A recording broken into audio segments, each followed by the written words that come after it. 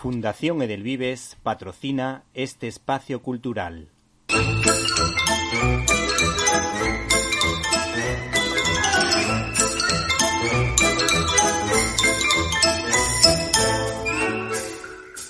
Estás escuchando Directo a las Estrellas. Víctor Alvarado. Nuestro invitado esta semana se ha enfundado la gabardina detective. Se ha puesto el sombrero de ala ancha porque viene a desvelarnos las claves de su viaje a Bélgica, siguiendo los pasos de Tintín, ya que es el autor de Retrato de un reportero adolescente, editado por PPC. Damos la bienvenida a Narbona, Rafael Narbona. Buenas tardes.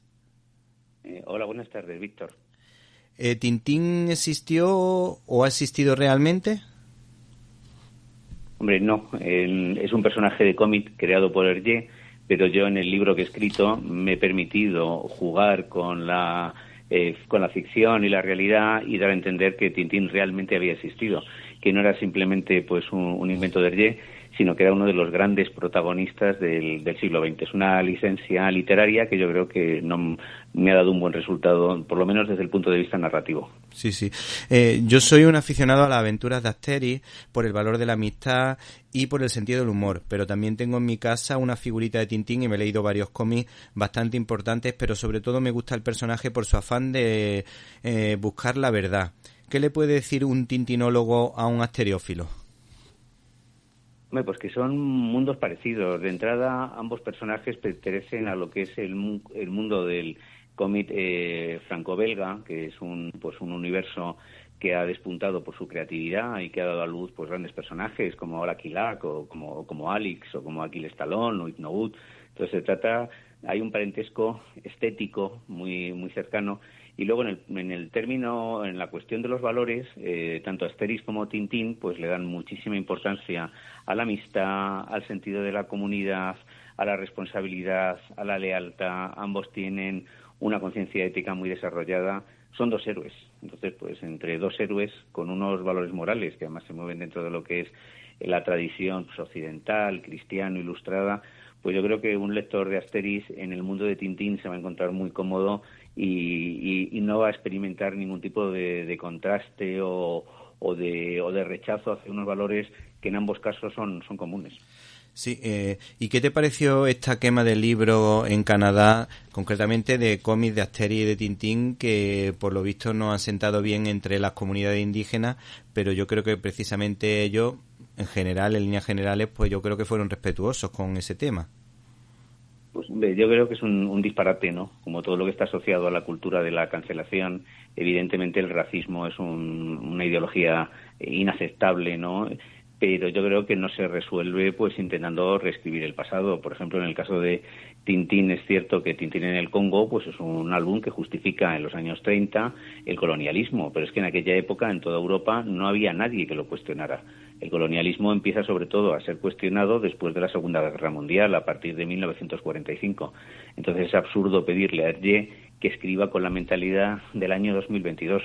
Y en cualquier caso tampoco el álbum es ofensivo, porque hay una visión un poco paternalista, ¿no?, de los indígenas, pero en ningún caso despectiva. Y luego ya en álbumes posteriores, por ejemplo en Tintín en América, Hergé muestra claramente cómo los europeos despojan a los pueblos nativos de sus territorios con brutalidad, de una forma absolutamente cruel. Y en el Loto Azul, que está ambientado en Shanghái, también Hergé muestra la brutalidad y la corrupción de los occidentales, tanto ingleses como norteamericanos, y el maltrato que sufren los chinos. Entonces, acusar a Hergé de racismo me parece un disparate que no se corresponde con el contenido de los álbumes ni con la intención del autor.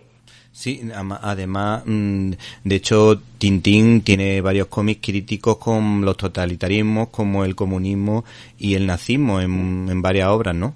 Claro. Siempre esto se ve tanto. El primer álbum de Tintín es un viaje al país de los soviets. En su momento se criticó, se dijo que era un panfleto anticomunista. Ahora sabemos lo que pasó realmente en la Unión Soviética Y entonces, y la crítica de Hergé, aunque es un poco infantil y esquemática, pues no nos parece tan desencaminada. Realmente la Unión Soviética no era el paraíso de la clase trabajadora, sino que era un régimen totalitario donde incluso pues había grandes carencias, ¿no? En cuanto a alimentación, en cuanto a vestimenta, recursos básicos. Esto lo cuenta Margaret Beever Newman, ¿no? Que sufrió tanto el totalitarismo de Hitler como el de Stalin. Y luego en otros álbumes, como por ejemplo La Oreja Rota, se denuncia las brutales dictaduras de América del Sur. En El Gesto de Ottokar aparece la República de Borduria, sí, que es una versión crítica de la Alemania nazi. Y luego en lo que sería el asunto Tornasol vemos la República de Borduria, pero convertida en uno de estos países que estaban en la órbita de la Unión Soviética en la época de la Guerra Fría, y es algo que además sucedió en muchos casos, ¿no? Pues eso, transitar como la República Democrática Alemana del nazismo al comunismo. Entonces, bueno, pues Hergé era ante todo un demócrata y sobre todo era un europeísta. A él no le gustaba ni Estados Unidos ni la Unión Soviética. Él pensaba, su modelo de referencia era Europa y preferentemente las monarquías parlamentarias. Sí, sí. Bueno, hay una cosa bastante curiosa, que es que ahora la corrección política es que está anulando todo, porque prácticamente en Estados Unidos, precisamente, con respecto a la conquista española, se omiten todas las cosas importantes y buenas que se hicieron y se centran en algún caso, en algún personaje que fue ciertamente muy brutal, ¿no? Como el famoso caso de Aguirre, pero hay multitud de conquistadores que fueron acompañados con personas que iban evangelizando, y desde luego donde más universidades se han creado, donde ha habido más mestizaje y donde se intentó en la medida de lo posible que funcionase al igual que España, fue precisamente en toda Hispanoamérica. No sé si coincides conmigo. Sí, además Isabel I, quiero decir, Isabel la Católica, sí, adoptó medidas contra el maltrato, la discriminación de los pueblos nativos. Y como tú dices, hubo mestizaje, cosa que no pasó apenas en América del Norte. Se crearon escuelas, se crearon universidades, se crearon hospitales, se crearon leyes para proteger a los pueblos nativos. Evidentemente, cuando se produce el encuentro entre dos culturas, pues aparecen casos de brutalidad y de violencia, ¿no? Y había algunos conquistadores como Pizarro que actuaban con muchísima brutalidad y cuyo objetivo fundamentalmente era pues conseguir el oro, ¿no? Y hacerse rico. En cambio, pues había, pues yo que sé, otros muchos. Ahí tenemos a Fray Bartolomé de las Casas, y en general, pues yo creo que la colonización española, que fue una colonización, pero también dejó el idioma, dejó instituciones, dejó valores, llevó también la religión cristiana, y tiene pues sus luces y sus sombras, pero no es una empresa que se pueda pues esto descalificar acusándola de ser un simple acto de genocidio, ¿no? Porque eso tampoco fue así, no hubo un propósito de exterminio. Sí, bueno, de hecho la reina Isabel I, precisamente en Estados Unidos, tenía en California un monumento. Fray Junípero Serra, por ejemplo, también es una figura importante, y eso no lo podemos olvidar. De hecho, por ejemplo, hay muchas personas que están recuperando territorio en la zona de Estados Unidos, en el sur de Estados Unidos, porque tienen precisamente los los documentos de India, en los que se está descubriendo que esos indios están recuperando sus territorios. De hecho, Jerónimo, el indio Jerónimo que sale en las películas, pues era un apache que fue criado, por eso se llama Jerónimo, por las misiones indias. Luego hay otra cosa importante, que es que a mí me llamó la atención precisamente en un cómic que hablaba de la vida de Hergé, el problema que hay con el tema de los totalitarismos. Si él hablaba del nazismo mal, o bien hablaba mal, pues no hay problema. Ahora, como hablase mal del comunismo, se echaba todo el mundo encima. Yo, cuando estuve leyendo la obra del País de los Soviets, es verdad que es bastante infantil con respecto a lo mejor a su obra posterior, pero por ejemplo en el caso de Milton Caniff, que es una estrella del cómic americano, el primer cómic se nota sus ciertas debilidades, que poco a poco, hasta que consigues crear el personaje ya sustentado con unos buenos argumentos, pues parece que va costando un poquito encontrarse con el personaje. Tintín tuvo la oportunidad, o Hergé tuvo la oportunidad, con ese primer Tintín, de ir sentando las bases de lo que fue toda su obra. De hecho, además, por lo que tú cuentas, se documentaba bastante bien en muchas de sus obras para intentar ser lo más realista posible. Sí, bueno, lo que pasa es que a Hergé le pilló, no cuando creó el personaje, sino más tarde, todo lo que es la época de la contracultura, en los años 60, 70, y es cuando se cuestionó más pues el carácter supuestamente racista y anticomunista de su obra, ¿no? Entonces hay un momento en que sí se sintió pues avergonzado de haber hecho Tintín en el Congo, Tintín en el país de los soviets. De hecho, estos dos álbumes estuvieron pues durante mucho tiempo sin reeditar, inencontrables.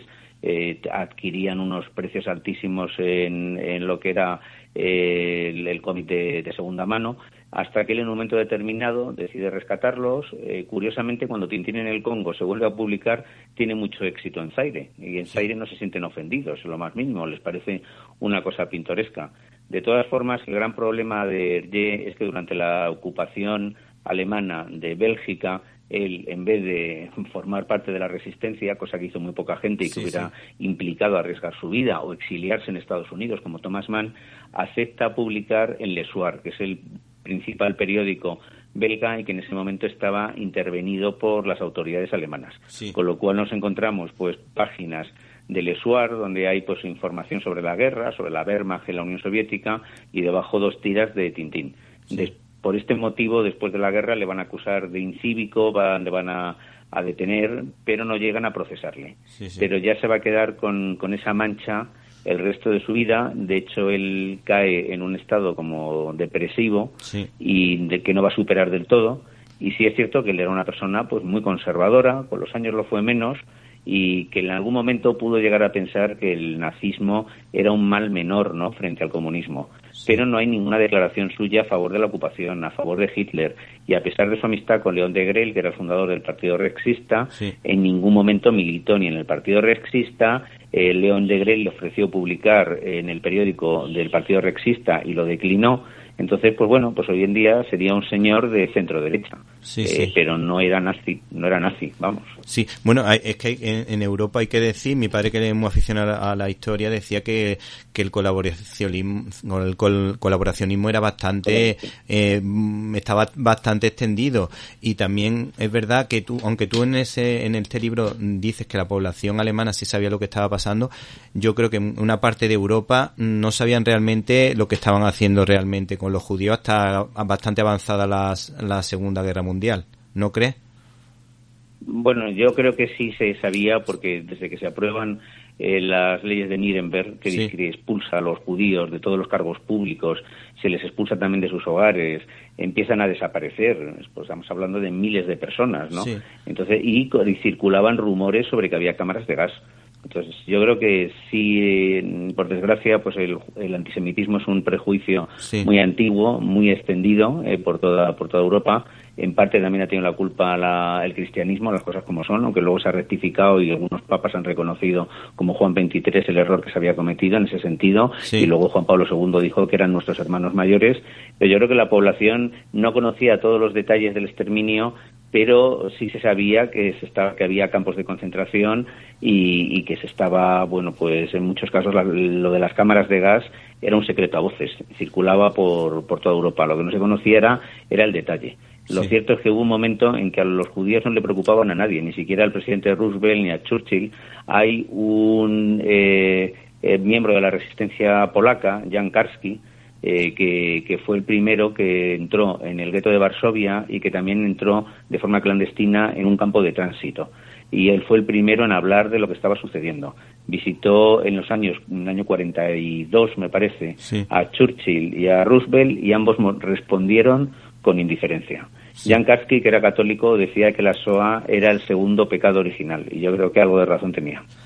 Pues mira, estos detalles que han contado no lo sabía, y también por eso también yo quería destacar que en una parte de tu libro pues precisamente cuenta estas estadísticas que a mí me llama la atención, porque ahí se ve que sí que los alemanes sabían lo que estaba pasando y muchos lo estaban consintiendo. Luego, por otra parte... Hombre, por ejemplo... Perdona, Víctor, hay una cosa que la gente cuando habla de campos de concentración se piensa que había un centenar o 50. Había 10.000, más de 10.000 campos de concentración. Lo que pasa es que algunos eran muy pequeños y no había cámara de gas y se mataba pues a los deportados a tiros, ¿no? Entonces yo insisto, Jan Karski, que por cierto luego se casó con una judía y que él fue muy católico hasta el final, pues él dijo, esto ha sido pues el segundo gran pecado de la historia de la humanidad. Y pienso también en Irena Sendler, no sé si la llevo a mencionar en el libro, una enfermera católica polaca que salvó a 2.500 niños del gueto de Varsovia y que la torturaron brutalmente para que revelara dónde había escondido a los niños, no lo dijo. Ella encontró valor, por cierto, en una estampa de Jesús que encontró en el calabozo y que conservó y que luego entregaría a Juan Pablo II. Entonces, pues bueno, por un lado, pues la Europa cristiana contribuyó al antisemitismo, pero también hubo católicos cristianos ejemplares que lucharon contra el nazismo, que para mí ha sido una de las formas del mal radical. Sí, entiendo que Hergé era un hombre de fe y sabemos por tus testimonios en Twitter tu fe, tu forma de transmitir la fe de una forma bastante amable y profunda, y por otra parte tu valentía a la hora de hablar de diferentes problemas de la vida que se solucionan a través de la fe y buscando ayuda donde haga falta. ¿Te sientes identificado con Hergé? ¿Hergé era católico practicante, podemos decir? No, Hergé fue católico de joven, pero un poco por inercia, ¿no? Porque sí, era lo que había en su entorno. Y luego, como él se separó de su primera mujer y la dejó por una chica mucho más joven, que luego sería su viuda, sí. Fanny, él experimentó pues muchos problemas de conciencia, finalmente rompió con el catolicismo y se instaló pues una especie de espiritualismo. Él, hacia el final de su vida, se sentía muy atraído por el budismo, sí, se sentía no muy sabía. atraído por por las religiones orientales, y a través de su segunda mujer llegó a ser pues un fanático del fenómeno ovni. Estaba obsesionado con, y de hecho esto se refleja en vuelo 714 para Sydney. Él creía que realmente nos visitaban los extraterrestres y tenía una pequeña biblioteca, ¿no?, especializada en el tema, pero no, hacia el final de su vida él se instala en un agnosticismo con simpatía por lo que sería el budismo y por toda la espiritualidad oriental, y con interés por el ocultismo, el esoterismo y todas estas cosas, una especie de ensalada, ¿no?, que tenía mental, que fue con la que se despidió de la vida. Sí, sí. Y cuando uno se acerca a la obra de un director, un escritor de cine, nos preguntamos si tal película o tal obra tiene tinte autobiográfico. ¿Qué nos puede decir del álbum Loto Azul? Bueno, hay una historia preciosa en el Loto Azul, que es la amistad entre Tintín y Chan, que luego pues va a aparecer otra vez en Tintín en el Tíbet. Y Chan, al que salva la vida, es un niño chino que se está ahogando, y él, pues Tintín se arroja al agua, le saca de una corriente que había desbordada, ¿no?, que le estaba arrastrando, y el niño le pregunta, bueno, ¿y por qué me has salvado si dicen que todos los occidentales son malos? Y él contesta, bueno, es que a mí me han contado lo mismo de los chinos, y el problema es que los pueblos se conocen poco y se malinterpretan. Ese personaje está basado en un personaje real, en Chan Zogren, que era un estudiante chino católico de Bellas Artes, que pasó una temporada en Bruselas, y que fue el que asesoró a Hergé en el Loto Azul, escribió incluso los ideogramas, y con el cual mantendría una relación larguísima. Lo que pasa es que luego Chan volvió a China, se convirtió en escultor, le pilló la revolución cultural, lo enviaron a un campo de reeducación donde lo obligaron a trabajar de barrendero, y luego ya en los años finales de los 70, 80, Hergé consiguió volver a contactar con él, que le permitieran salir de China, y se reencontraron en el aeropuerto de Bruselas, en un encuentro muy emotivo donde los dos ya eran muy mayores. Entonces es una historia muy bonita, y hay gente que piensa que Chan solo es un personaje de ficción, pero no, está basado en un personaje real, y además Chan, que era estudiante de Bellas Artes, influyó mucho en el estilo de Hergé. Él hizo hacer pues un dibujo más limpio, más depurado, y donde se veía pues esta meticulosidad del arte oriental, y yo creo que es uno de los aspectos más entrañables y más autobiográficos de lo que serían las aventuras de Tintín. Sí, ahora te propongo una pequeña adivinanza. ¿Qué tienen en común Alfred Hitchcock y Hergé? Yo creo que lo sabes, seguro que lo sabes. Yo no sé si me voy a equivocar, pero los dos son magos del suspense, ¿no? Sí. Ambos tienen y luego también utilizan mucho el MacGuffin, ¿no? Pues un objeto que sirve también como de hilo narrativo, como por ejemplo pues un esparadrapo que se le pega al dedo a Haddock y que va pasando de un personaje a otro, y que además es un gag que se repite me parece que está tanto en Tintín en el asunto Tornasol, como no sé si Tintín en los Pícaros. Entonces, Sí. bueno, pues yo creo que tanto el dominio de la técnica del suspense, más luego el empleo del MacGuffin, pues son dos cosas en común. A lo Sí. mejor hay algo más que se me Sí, pasa. bueno, hay una cosa que cuenta en el libro que es bastante curioso, que eso sí, de verdad que yo no lo sabía, seguramente todo el mundo, todos los aficionados a Tintín lo saben, que es que también se dibujaba en alguna escena y hacía como Ah, bueno, precisamente al fresquisco. es cierto. Sí, Sí, es cierto que se me ha pasado y muchas veces sí se incluía, por ejemplo, me estoy acordando en la oreja rota al principio, está en el Museo Etnográfico y también en Tintín en los Pícaros, sí, él tenía la costumbre de incluirse y luego es algo que va a hacer también Spielberg en su adaptación cinematográfica y al principio de la película aparece Hergé. Eso sí, Hergé y Hitchcock físicamente eran muy distintos, ¿no? Hitchcock era un hombre pues de una humanidad no superlativa y Hergé, Georges Remy, pues era el típico belga alto, delgado. Sí, pero ambos utilizaban este recurso, como muy bien apuntas. bueno, y ya que has dicho Spielberg, has mencionado Spielberg, ¿qué te parece su película o alguna de las series que se han hecho con respecto a esta estrella del cómic franco-belga? Pues bueno, lo que son las adaptaciones, la serie que se hizo de dibujos animados está bien, no me parece una cosa deleznable, pero se adapta a un público más infantil, le quita pues la dimensión política, moral, una serie de cosas que le dan a las aventuras de Tintín profundidad, y en la adaptación de dibujos animados pues todo queda un poco simplificado y un poco más infantil. En cambio, la película de Spielberg a mí me gusta, es muy dinámica, lo único que se ha dicho que Tintín se convierte en una especie de Indiana Jones, ¿no? Sobre todo en el tramo final, con estas persecuciones en moto. Pero bueno, a pesar de esta licencia, yo creo que la adaptación de Spielberg es muy correcta, es muy divertida, se ve muy bien, y lo único que, por desgracia, Spielberg, que dio a entender que va a continuar, no lo ha hecho. Y estamos aquí muchos esperando que ojalá apareciera pues una nueva película. Y si yo te digo ectoplasma, azteca y ganapán, ¿tú qué me contestas? Bueno, Bachibuzú, por ejemplo, ¿no?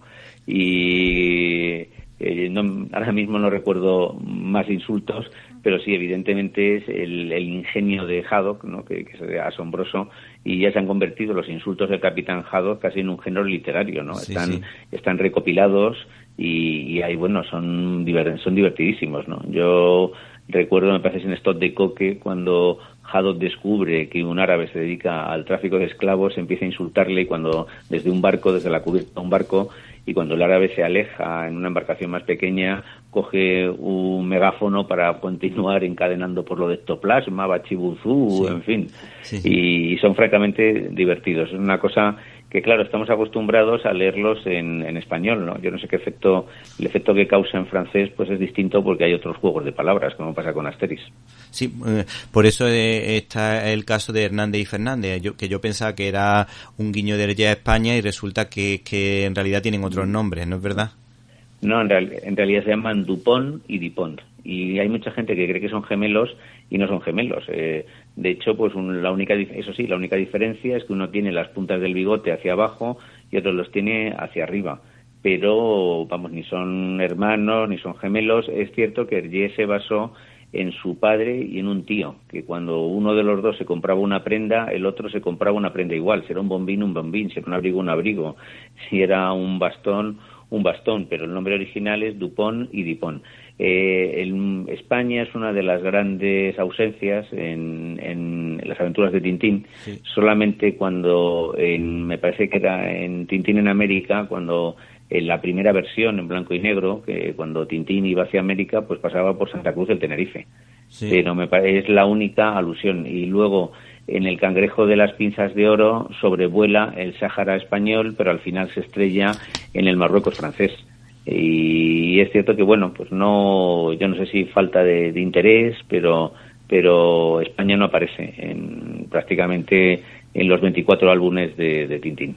Y si tuvieses que destacar los valores de este héroe, ¿qué destacarías de este señor de Tintín y de su amigo Haddock? Hombre, pues ambos son humanistas, creen en la dignidad del ser humano, creen en la amistad, no tienen prejuicios, creen en la igualdad de todos los seres humanos y detestan cualquier forma de discriminación. De hecho, el capitán Haddock aloja a un campamento gitano en los jardines de Mulansar, escandalizado de que se hubieran instalado en un vertedero porque no les dejaban otro sitio.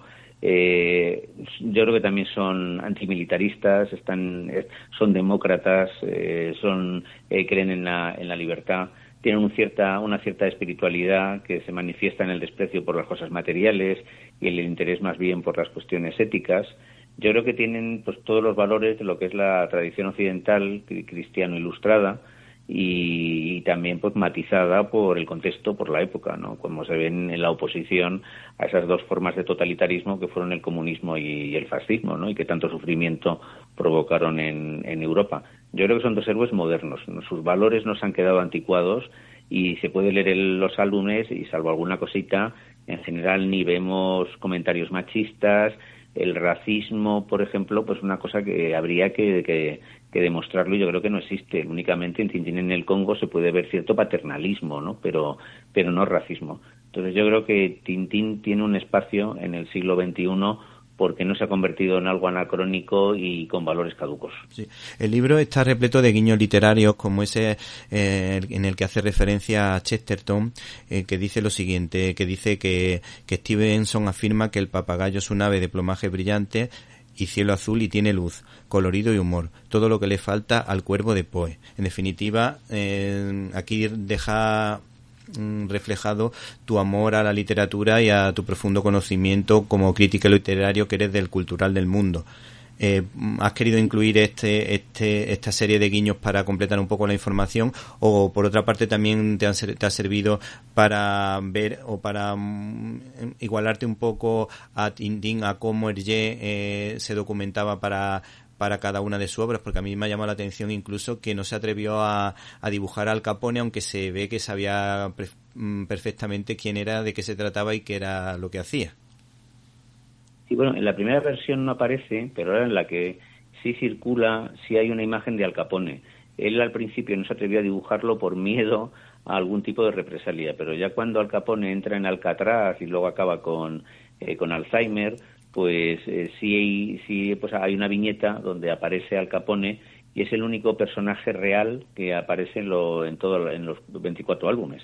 Entonces, yo, bueno, pues de la misma manera que Hergé pues un poco contextualiza, yo creía que detrás pues de cada álbum pues había mucha profundidad y yo he querido pues sacar todas las connotaciones. Entonces, bueno, pues por ejemplo, cuando hablo del papagayo de la Isla del Tesoro, es que también aparece un papagayo en las aventuras de Tintín. En las joyas de la Castafiore, la Castafiore le regala a Haddock un papagayo que parece que es el perfecto complemento de un marino, ¿no? O de un pirata. Y entonces, pues bueno, o por ejemplo, las referencias que hago a Lawrence de Arabia, hay que tener pues en cuenta que por ejemplo, Tintín en el País del Oro Negro está ambientado en los mismos escenarios donde Lawrence de Arabia luchó contra los turcos y a favor de que los pueblos árabes tuvieran unas naciones propias. Entonces yo creo que leer a Tintín es una forma también de adentrarse en el siglo XX, y yo he querido pues no limitarme al comentario erudito, sino intentar estirar un poquito las referencias y mostrar conexiones pues tanto con la literatura, con el cine, con la música. Por ejemplo, Hergé detestaba la ópera, por eso convierte a la Castafiore en una mujer cargante como diva, pero no como mujer, porque es una amiga leal. Entonces también se ha dicho que Hergé era un poco machista, pero yo no lo veo así. Hay que tener en cuenta que en un principio Tintín es una aventura concebida para niños, con lo cual no tenía mucho sentido meter personajes femeninos, y más en los años 30, y que había pues un sentido más estricto del pudor. Y luego más adelante pues sí hay hasta incluso ciertos guiños románticos. Silvestre Tornasol está enamorado de la Castafiore, como se ve en las joyas de la Castafiore, y de hecho fabrica una rosa blanca y le pone su nombre. Y hay un momento donde ella, que es una mujer enorme, le da 2 besos, el que es un hombrecito pequeño, y yo creo que es como un momento así más romántico que encontramos en toda la serie, con lo cual, pues bueno, yo creo que Hergé, Tintín es un mundo muy complejo, un universo muy amplio, y yo he querido mostrar todas sus caras. Y bueno, ya para terminar, si te parece, Milú, por ejemplo, podría representar a lo que entendemos como cine mudo, Chaplin, Keaton, Harold Lloyd y, por ejemplo, El Gordo y el Flaco, y Castafiore podría ser, por ejemplo, la cantante de ópera Florence Foster Jenkins. ¿Tiene algo que ver con ella o no? Esa cantante que Pues cantaba que yo muy sepa, mal. ¿que cantaba dónde, perdona? Era una cantante de ópera que cantaba realmente mal y que se hizo muy famosa en el mundo entero porque aparecía en obras de teatro y tuvo al final mucha fama, pero no precisamente por su dominio del bel canto, Ya. me parece que se dice. No es el bel canto, sino es por esta mujer. En realidad, al parecer, él se basó en María Callas, aunque físicamente no se parecen nada. Lo que quería hacer Hergé era burlarse de uno de sus colaboradores, Edgar Piet Jacobs, que era barítono, y mostrar el desagrado que a Hergé le producía la ópera, porque a él le daba igual que la soprano fuera buena o mala, era un género que le resultaba insoportable.